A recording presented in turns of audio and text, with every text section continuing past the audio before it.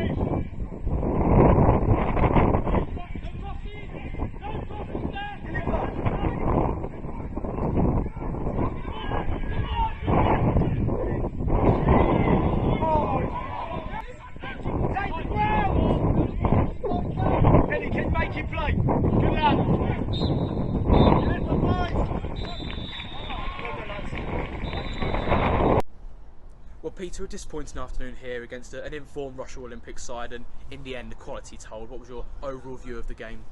Yeah, I think, to be fair, we started off a little bit slow. We started getting to the game towards the end of the first half, and we had them on the back foot, I think. But then, obviously, kind of story of the season, just restarts as soon as you come out for half time. I think we just need to switch on a bit more and obviously see the game out. But it's happened now. It's just moving on to the next match. Just coming back to that first half, it was obviously disappointing to go down so early on with that penalty, which still I think a lot of people have been debating that one. But we showed a good response to come back and get that equaliser. I mean, what a strike from yourself. I mean, just to get away from the challenges on the D was good enough, but the strike was unreal. Thank you. It just kind of fell to me, so just thought I'd have a shot. Is that something you practice quite a bit in training? Well, I wouldn't say that, but I'd like to say I think I've got a strike on myself. So. Well, we came in at half-time 1-1. What was the message from Matt at the break? It was just to, we'd done well, obviously, but then to tighten up exactly for what happened as soon as he came out, just tighten up because we know that they have a threat. They wouldn't be where they are if they weren't. But yeah, he's told us to try and keep it tight. We've come out and yeah.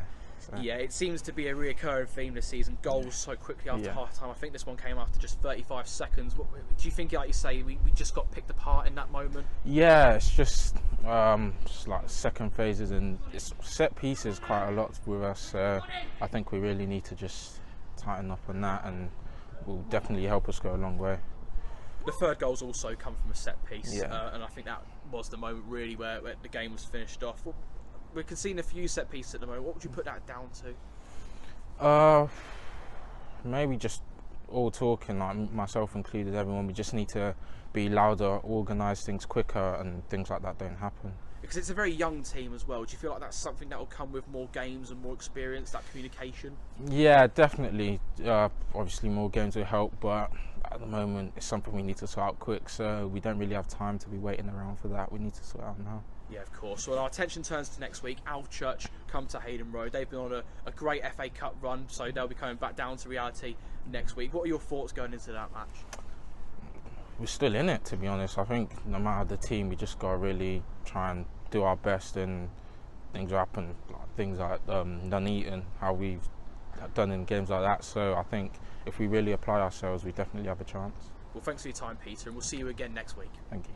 Well, Matt, it's been a whirlwind week for the club, I suppose, for none more so than yourself. What's this last 72 hours been like for you? I wouldn't know there's a World Cup on. I've barely watched any football. You know, there's such great people at the club. And when I was asked to come and help, you know, you can't say no. The club's given me opportunities to go and do stuff in football. And we're in a position where we've got to pull together. And I think the lads genuinely want that. You know, we're going in the right step now the board's in place. So it's been a whirlwind for a lot of us, players, new board, myself, Geordie, Sneds, but it's going to get there. I can tell you now, whoever comes in is going to have a group of lads that really want to push on. 100%. And we'll come on to the game a bit more in just a moment. But yeah.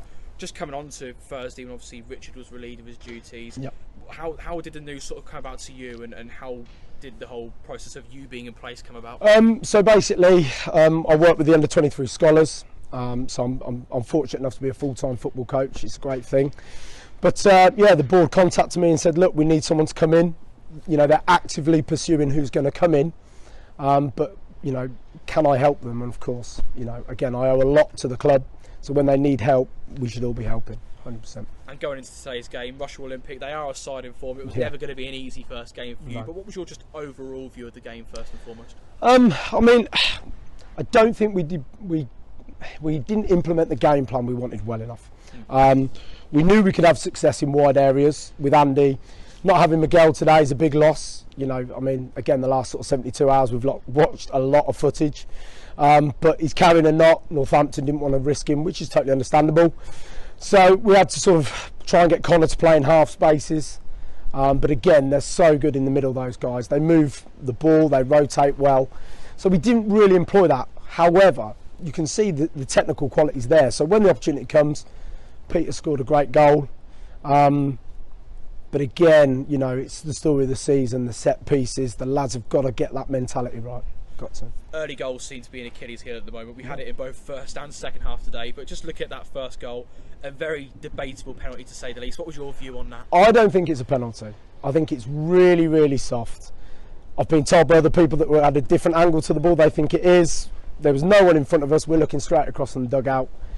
And again, sometimes players' reactions tell you a lot. And there was a few today where players aren't really calling for much, but, you know, decisions made. It is what it is. When your luck's not on your side, and sometimes it's not, you know.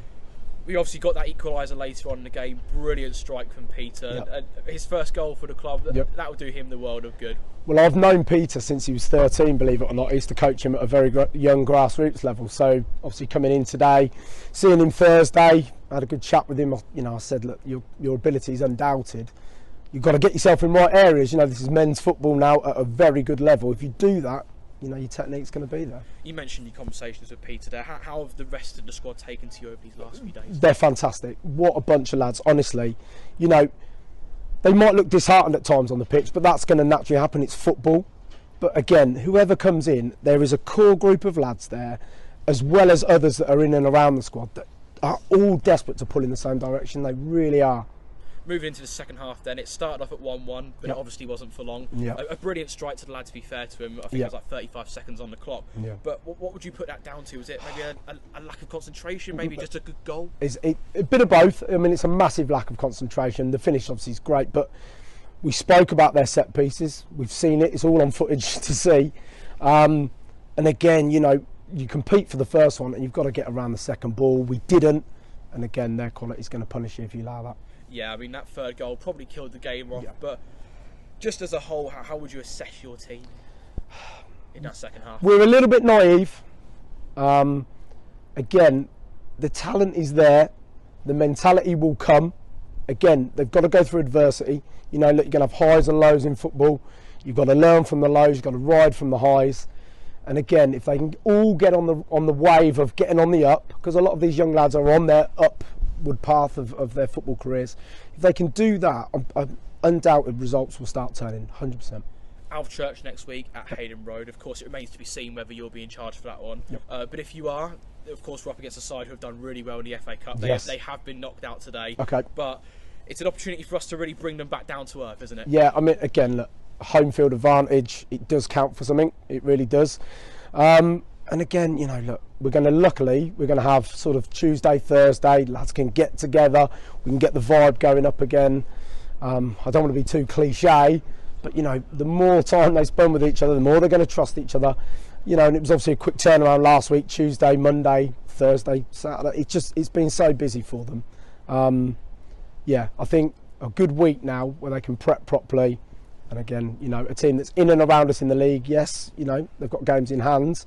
But if you want to look at the table and spur yourself on, it's there. Well, thanks for your time, Matt. And if you are in charge next week, then we will see you next Saturday at Hayden Road. Thank you very much. Cheers. I don't need love.